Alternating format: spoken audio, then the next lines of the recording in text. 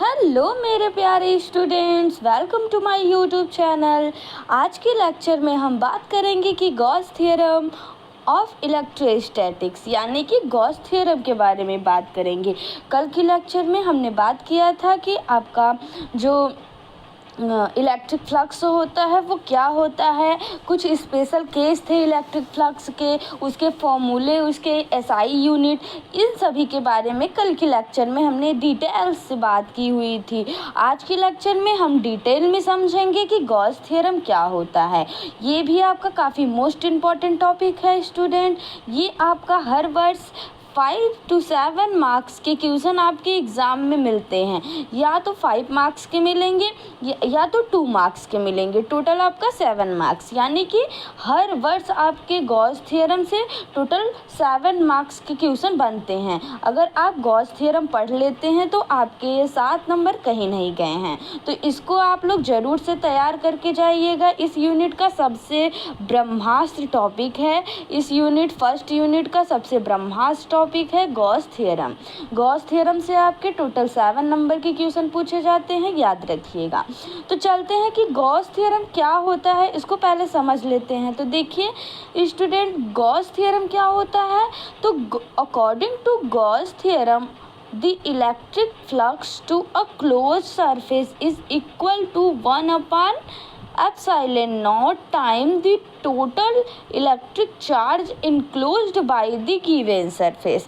यानी कि जो हमारा इलेक्ट्रिक फ्लक्स होता है वो किसी क्लोज सरफेस के, जो इलेक्ट्रिक फ्लक्स होता है किसी क्लोज सरफेस के 1 अपान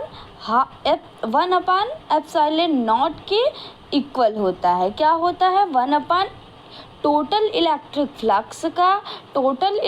फ्लक्स का 1 अपान एप्सिलॉन नॉट टाइम जो होता है वो इक्वल होता है। आप सभी समझे नहीं? तो एक बार फिर से मैं बता देती हूँ कि देखिए Gauss theorem according to Gauss theorem electric flux किसी क्लोज सरफेस से इलेक्ट्रिक फ्लक्स जो होता है वो 1 upon epsilon naught time total electric charge के इक्वल होता है। क्या होता है? जो इलेक्ट्रिक फ्लक्स होता है वो 1 upon epsilon not into Q के इक्वल होता है। ये हो गया आपका गॉस थ्योरम का डेफिनेशन।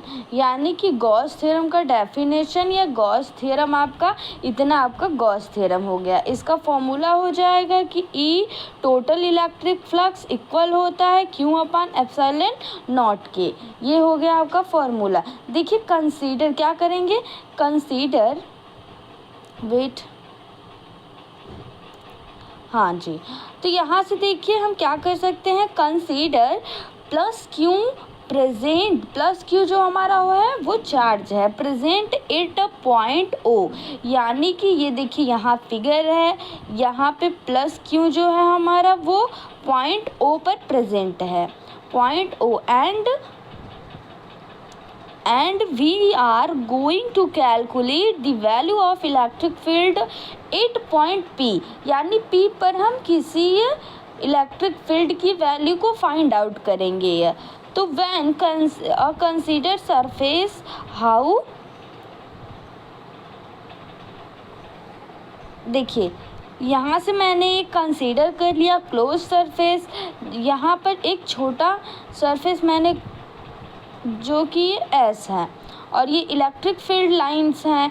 यहाँ पर इलेक्ट्रिक फील्ड्स हैं, जो इलेक्ट्रिक फील्ड लाइन है वो एस की डायरेक्शन में ही होगा।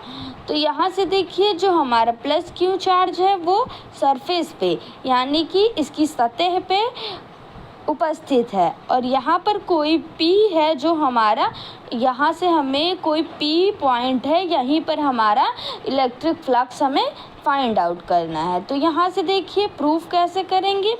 तो proved we will the flux हम जानते हैं, फ्लक्स का फॉर्मूला अभी ये कल की लेक्चर में हमने इलेक्ट्रिक फ्लक्स के बारे में बात किया था, तो वहाँ से मैंने ये फॉर्मूला आपको बताया था कि ये फॉर्मूला कैसे आया था।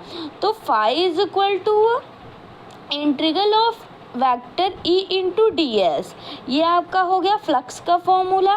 तो यहाँ से देखिए इंटीग्रल ऑफ E इंटू का सिंबल हटेगा तो यहाँ D S into cos theta हो जाएगा। क्या हो जाएगा, जब इंटू यहाँ से हटेगा तो डी एस कॉस थीटा हो जाएगा। तो जो थीटा की जगह पर हम क्या पुट करेंगे, कॉस जीरो पुट करेंगे। क्या पुट करेंगे, कॉस जीरो। अब आप लोग सोच रहे होंगे कि जीरो कहाँ से पुट हुआ, तो यहाँ पर देखिए कोई भी एंगल, ऐसा एंगल नहीं बन रहा है। यहाँ से देखिए यहाँ पर कोई एंगल बन रहा है, क्यों, क्योंकि ये जो इलेक्ट्रिक फ्लक्स है और जो एरिया वेक्टर है वो दोनों सेम डायरेक्शन में है। तो सेम डायरेक्शन में है यानी कि कोई भी एंगल नहीं बनेगा। अगर अपोजिट डायरेक्शन में होते तो 180 डिग्री का एंगल बनता, अगर थोड़ा इधर उधर होते तो 90 डिग्री का। तो कोई भी एंगल नहीं बन रहा है, क्यों, क्योंकि ये दोनों सेम डायरेक्शन में है। तो हमारा कॉस जीरो हो जाएगा। क्या, cos theta is equal to zero, sorry theta is equal to zero. तो cos theta is equal to, cos theta की जगह पर जीरो पुट करेंगे तो इक्वल 1 हो जाएगा। कॉस जीरो की वैल्यू 1 होती है। तो यहाँ पर देखिए हम कॉस जीरो की जगह पर 1 पुट कर देंगे। यहाँ पर कॉस थीटा है, यहाँ पर जीरो इसकी वैल्यू पुट किए हैं तो यहाँ पर 1 हो जाएगा। इसकी जगह पर 1 हो जाएगा तो हमारा E इंटीग्रल E ds हमारा बच जाएगा। तो flux is equal to phi is equal to E. अब देखिए E हमारा क्या हो गया, इलेक्ट्रिक फील्ड हो गया जो कि कांस्टेंट है। तो इसको हम क्या कर देंगे, बाहर कर देंगे। और डी एस का हम क्या कर दें, इंटीग्रेट कर देंगे। तो डी एस का इंटीग्रेट करेंगे तो क्या हो गया, डी एक्स हमारा, डी एस जो हो गया वो क्या हो गया, एरिया है। तो डी एस एरिया, एरिया क्या हो जाएगा, किसी स्फेरिकल सेल का जो एरिया होता है वो क्या होता है, 4 पाई आर स्क्वायर होता है। क्या होता है, 4 पाई आर स्क्वायर। तो इसकी जगह पर ये पुट करेंगे किसी, ये सर्कल का, ये हमारा क्या है, ये सर्कल है। तो सर्कल का जो होता है वो यहाँ पर देखिए ये क्या है, ये हमारा एक सर्कल है। सर्कल का जो एरिया होता है वो 4 पाई आर स्क्वायर होता है, यानी कि गोला है। तो इसका 4 पाई आर स्क्वायर हो गया है। डी एस की जगह पर हम इसको रख देंगे।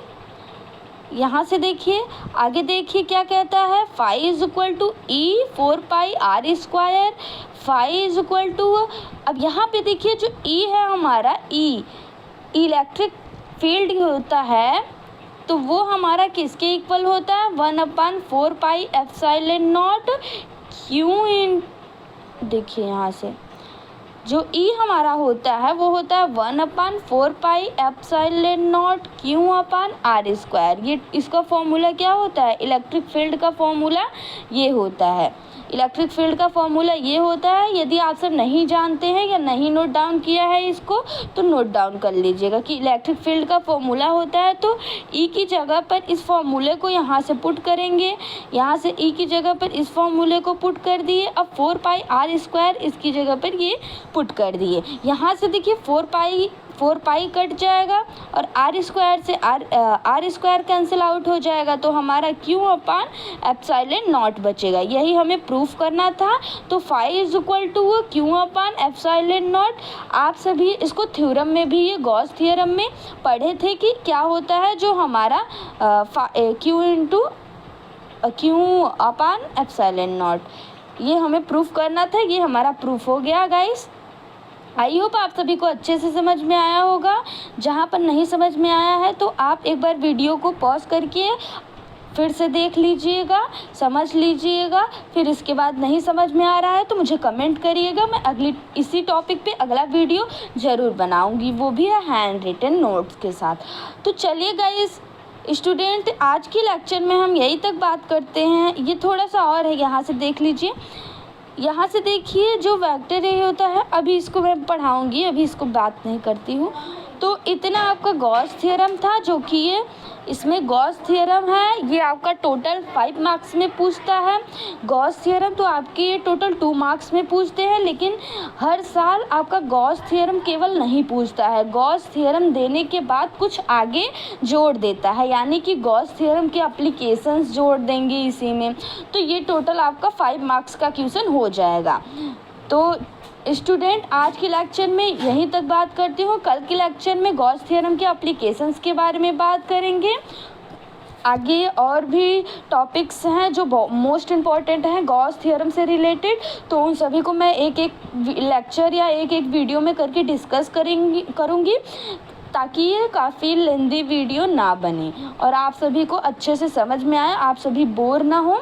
तो स्टूडेंट चलिए, यदि वीडियो आपको पसंद आई हो तो लाइक कीजिएगा और चैनल को सब्सक्राइब कीजिएगा ताकि ये आगे की वीडियो आपको नोटिफिकेशन के द्वारा मिल सके।